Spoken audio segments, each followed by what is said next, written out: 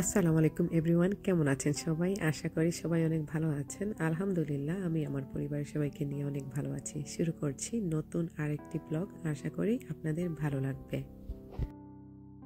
Front গার্ডেনে আমার বাগানে খুব সুন্দর কিছু ফুল ফুটেছে, দেখতেই ভালো লাগে। আর ফুলগুলা এত কালারফুল ছিল, আর এরকম ফ্রেশ ফ্লাওয়ার দেখলে মনটা এমনিতে ভালো হয়ে যায়। তো আমি আজকে ঈদের জন্য কিছু প্রিপারেশন নিব, তো সেগুলো আপনাদের সাথে শেয়ার করব। আশা করি আপনাদের ভালো লাগবে। তো এখানে আমি কাবাব বানাচ্ছি। আজকে আমি শামি কাবাব বানাবো, আর এর জন্য নিয়েছি 1 কেজি গরুর মাংস, আর এখানে 2টা পেঁয়াজ, আর এখানে সামান্য পরিমাণ নিয়েছি আদা রসুন, আর এগুলো আস্ত নিয়েছি। 1 কেজিতে ধরেন 2 টেবিল চামচ পরিমাণ হবে এরকম। আর এখানে আস্ত কিছু গরম মশলা নিয়েছি, আর দিয়ে দিচ্ছি পরিমাণ মতো লবণ। দিয়ে আমি চুলায় এটা জাল করে নিব। তো এখন দিয়ে দিচ্ছি শুকনা 3-4টা মরিচ, আর দিয়ে দিচ্ছি এখানে 1 কাপের মতো চানার ডাল বা বুটের ডাল দিয়ে এখন আমি সব কিছু মিক্স করে চুলায় জাল বসিয়ে দিব। অপেক্ষা করব সিদ্ধ হওয়ার জন্য। তো আমি এখানে কোনো পানি ইউজ করিনি, যেহেতু মিট থেকে অনেকটা পানি বের হয়ে আসবে। তো আমি প্রথমে একটু কষাতে চাচ্ছি, তারপর আধা কাপের মতো পানি দিয়েছিলাম, আর এই পানিতেই মোটামুটি মাংসটা সিদ্ধ হয়ে এসেছে।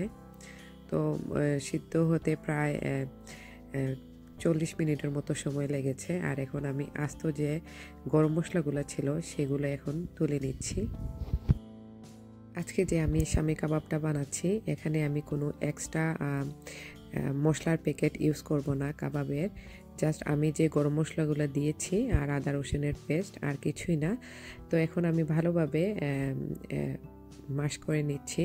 আর এখানে একটু গরম মশলার পাউডার, তারপর একটু ভাজা জিরার গুঁড়া আমি দিয়ে দিয়েছিলাম, দিয়ে ভালোভাবে ব্লেন্ড করে নিচ্ছি।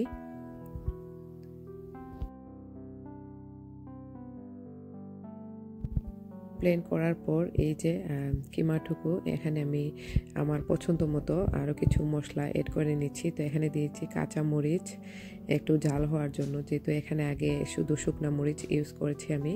চাইলে আপনারা গুঁড়া মরিচও ইউজ করতে পারেন। আমি যেহেতু বাচ্চারা পছন্দ করে, এর জন্য আমি স্কিপ করেছি।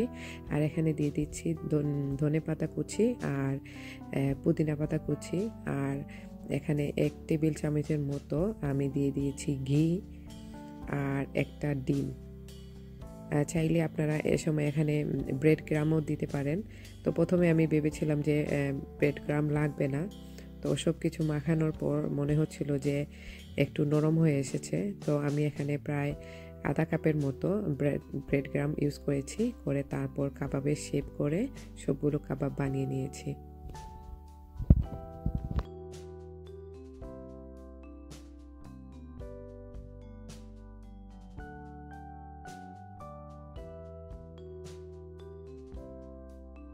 এই কাবাবগুলো আমি ঈদের 2 দিন আগে বানিয়ে রেখেছিলাম।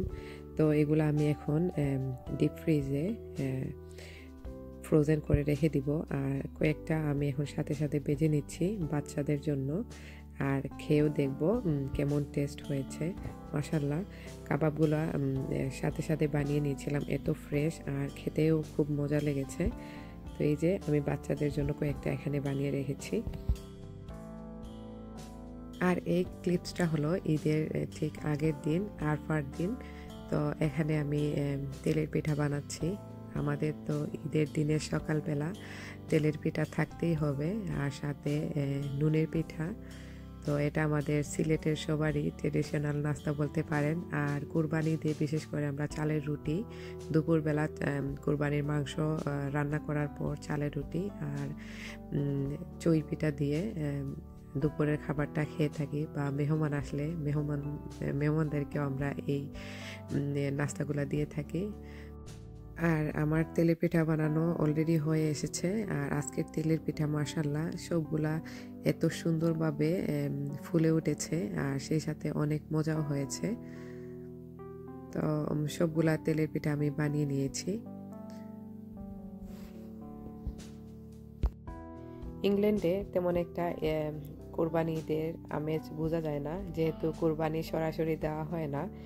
তো দেখা যায় এই ঈদের কুরবানির মাংসটা ঈদের দিন বিকেলে কারো কারো বাসায় আসতে পারে, আবার আমাদেরটা আসে ঈদের দিন, ঈদের পরের দিন সকালে। তো আসলে তেমন একটা বোঝা যায় না দেশে যেভাবে কুরবানি দেওয়া হয়। আসলে এই দেশের কুরবানি ঈদটা অনেক সুন্দরই লাগে। আমার তো খুব বেশি মনে পড়ে আমার আম্মা বড় একটা পাতিলে সব কিছু মিক্স করে একটা কুরবানিতে একটা তরকারি রান্না করতেন। এই টেস্ট এখন যতবারও রান্না করি এই টেস্ট আর আসলে আসে না। আর দেখা যায় এই কুরবানি ঈদের এই তরকারিটা, গোস্তের তরকারিটা বাসি হলে আরও বেশি মজা হয়, পোড়া পোড়া হয়, তারপর ঝুরা মাংসের মতো হয়ে যায়। আর এটা রুটি দিয়ে খেতে খুবই মজা লাগে। আপনাদের সাথে কথা বলতে বলতে এখানে আমি কয়েকটা পাপ পেস্ট্রিও বানিয়ে নিয়েছি। আর এই পাপ পেস্ট্রিগুলোর ভিতরে যে পোরটা সেটা আমি হোয়াইট সস দিয়ে তারপর টুনা দিয়ে বানিয়েছি। এত মজা হয়েছে। উপরে যদি আবার চিজ দিয়ে দিতাম তাহলে আরও বেশি মজা লাগতো। তো আমি চিজটা শেষ হয়ে গেছে, জাস্ট টুনাটা দিয়েই আমি পোরটা দিয়ে তারপর পেস্ট্রিগুলো বানিয়েছি। আর এখন উপরে ডিম দিয়ে দিচ্ছি, ডিম ব্রাশ করে আর কি। তো এই পেস্ট্রিগুলা আমি ঈদের দিন সকালে বানিয়েছিলাম, বেক করেছিলাম। তো সবাই সাথে সাথে খেয়ে নিয়েছে, এত মজা হয়েছিল। আর এইখানে একটা পুডিং বানিয়ে নিচ্ছি। ঈদের আগের দিন আসলে সব কিছু ফ্রেশ বানাতে চাচ্ছিলাম, তো এর জন্যই একটার পর একটা শুধু বানিয়ে যাচ্ছি। আর একা হাতে যেহেতু করছি, বাচ্চাদেরকে একদিকে মেনটেন করে তারপর রান্নাগুলা করে নিচ্ছি। তো পুডিংয়ের জন্য আমি ক্যারামেলটা আগে বসিয়ে নিয়েছি, আর এখানে পুডিংয়ের যে মিক্সচারটা সেটা দিয়ে দিচ্ছি। খুবই মজার পুডিং হয়েছিল এটা। আর যেহেতু ওভেনে আমি বেক করব পুডিং, তো চিন্তা করলাম একটা দইও বসিয়ে দিই। তো সাথে সাথে একটা দইও মিক্স করে নিচ্ছি পুডিংয়ের সাথে। ঈদের দিনে দুপুরে খাবারে একটা ডেজার্ট তো থাকতেই হয়। তো আমি পুডিং আর মিষ্টি দইটা একসাথে বেক করে নিব। এদিকে বেক হচ্ছে পুডিং আর দইটা, আর অন্যদিকে আমি বিরিয়ানির জন্য মাংসটা রেডি করে নিচ্ছি। তো আমার এবার ঈদে সিম্পল রান্নাবান্না থাকছে। আর দুপুরের খাবারে আমার অনেক গেস্ট দাওয়াতে আসছেন, তো ওনাদের জন্যই রান্নাবান্না করা। তো এখানে আমি প্রায় 3 কেজির মতো চিকেন লেগ দিয়ে তারপর চিকেন বিরিয়ানিটা রান্না করব। এখানে অনেকেরই অ্যালার্জি প্রবলেম আছে, যার কারণে আমি চিকেন বিরিয়ানিটা রান্না করছি। আর মিট দিয়ে একটা তরকারি রান্না করব, আর সাথে থাকবে চালের রুটি, আর তো কাবাব আছেই। তো এই যে আমি 2 ধরনের বিরিয়ানির মশলা দিচ্ছি, দিয়ে বিরিয়ানির মাংসটা রাতে ঈদের আগের রাতে কুক করে নিচ্ছি। তো দেখা যায় দুপুরে আসলে অনেক কাজ থাকে, তো তখন আর রান্না করা যাবে না। তো এর জন্য হাতের কাজটা একটু এগিয়ে রাখছি। রান্নার কাজ একটু গুছিয়ে রাখলে দেখেন এমনিতেই যেন হালকা লাগে। তো আমি ভারী ভারী কাজগুলা আগের রাতেই করে নেই। আর দেখা যায় ওই দিন মেহমানদারি করতে হবে, সার্ভিং করতে হবে, আর ঈদের দিনটা আসলে একটু এনজয় করব, তাই এইগুলা আগে থেকেই গুছিয়ে রাখছি। আর শুধু আমি না, অনেক গৃহিণীরা আছেন, এই কাজগুলো আগে থেকে গুছিয়ে রাখলে নিজের জন্য একটু সময় বের করা যায়। কারণ ঈদ তো আমাদের সবারই, তাই না? ঈদে সবাই একটু এনজয় করব, বাচ্চাদেরকে টাইম দিব, মেহমান আসলে মেহমানদের সাথে একটু গল্প করব। ওই দিন যদি রান্না বান্না করেই সময় পাস করে দিই তাহলে তো আর কি ঈদে এনজয় করা হয় বলেন? তো এখানে আমি 1 কাপের চেয়েও একটু বেশি ইয়োগার্ট দিয়ে দিয়েছি। ইয়োগার্ট দেওয়ার পর চিকেনটা যেহেতু নরম, তো তাড়াতাড়ি কুক হয়ে যাবে, তো বেশ একটা আমি জাল দিব না, আরও 20-25 মিনিটের মতো রান্না করে তারপর রেখে দিব। আর ওই দিকে রান্না করছি শিপের মাংস, শিপ দিয়ে রান্না করছি মিষ্টি কুমড়া। এটা রুটি দিয়ে খেতে খুবই মজা লাগে। তো আমি এখানে মিষ্টি কুমড়া দিয়ে রান্না করছি, যেহেতু কুরবানির মাংস আসলে কুরবানির মাংসটাও রান্না করা হবে, তাই এখানে মিষ্টি কুমড়া দিয়ে একটা তরকারি রান্না করছি। আর ওই পাশে হলো কোয়েল পাখি রোস্ট করব, আর সাথে কোয়েল পাখির সাথে দিয়ে দিব কয়েকটা ডিম। আর এই তো এখানে চালের রুটির জন্য আমি অলরেডি কাই বা ডোটা বসিয়ে করে নিয়েছি। তো একদিকে রান্না করছি আর ওইদিকে চালের রুটিটাও রেডি করে নিচ্ছি। আর রাত তো প্রায় 11টা-12টার মতো হয়ে গেছে। আসলে রান্না করতে গেলে এমনিতেই সময় অনেকটা লেগেই যায়। তো আমি এখানে যে কোয়েল পাখিটা রোস্ট করেছি ওইটাও একটু রান্না করে জাস্ট কষানোর মতো করে রেখে দেব। আর কালকে পুরোটা আরও রান্না করব, জাস্ট এভাবে করে রেখে দিচ্ছি।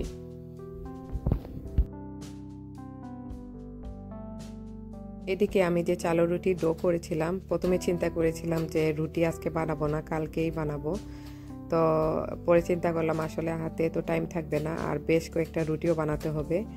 তো আমি রাতেই এগুলা করে নিয়েছি। আর পরের দিন দেখা যায় একটু পানি ছিটা দিয়ে রুটিগুলা গরম করলে একেবারে ফ্রেশও লাগবে আর খেতেও মজা লাগে। তো এর জন্য রুটিগুলাও বানিয়ে নিয়েছি।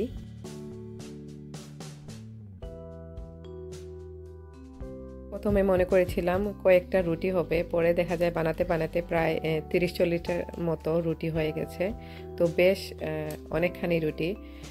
তো দেখা যাক, কুরবানি ঈদে আসলে সবাই রুটি পছন্দ করে, তো এর জন্যই বানিয়ে নিলাম।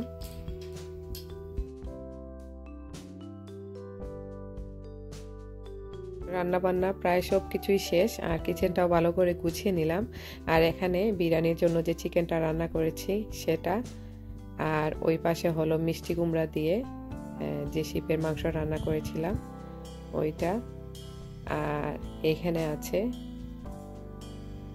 কোয়েল পাখি আর ডিম, এটা রোস্টের মতো একটু ভুনা করে নিয়েছি, কালকে আর একটু ঝোল শুকিয়ে নিব। তারপর এই তো চালের রুটিগুলা এত বেশি নরম হয়েছে, খুবই নরম হয়েছে। চালের রুটি আসলে এত বেশি নরম হয় না, আর ডোটা খুব ভালোভাবে হয়েছিল, যার কারণে রুটিগুলোও নরম। আর এই তো এখানে পুডিং আর একটা মিষ্টি দই বানিয়েছিলাম, ওইগুলোও বের করে ঠান্ডা হওয়ার জন্য রেখে দিয়েছি। আর এখানে কয়েকটা জেলি বানিয়েছি, বাচ্চারা তো জেলি অনেক পছন্দ করে। আর এখানে একটা ফ্রুটসের প্লেটার রেডি করব ভেবে আবার রেখে দিয়েছি।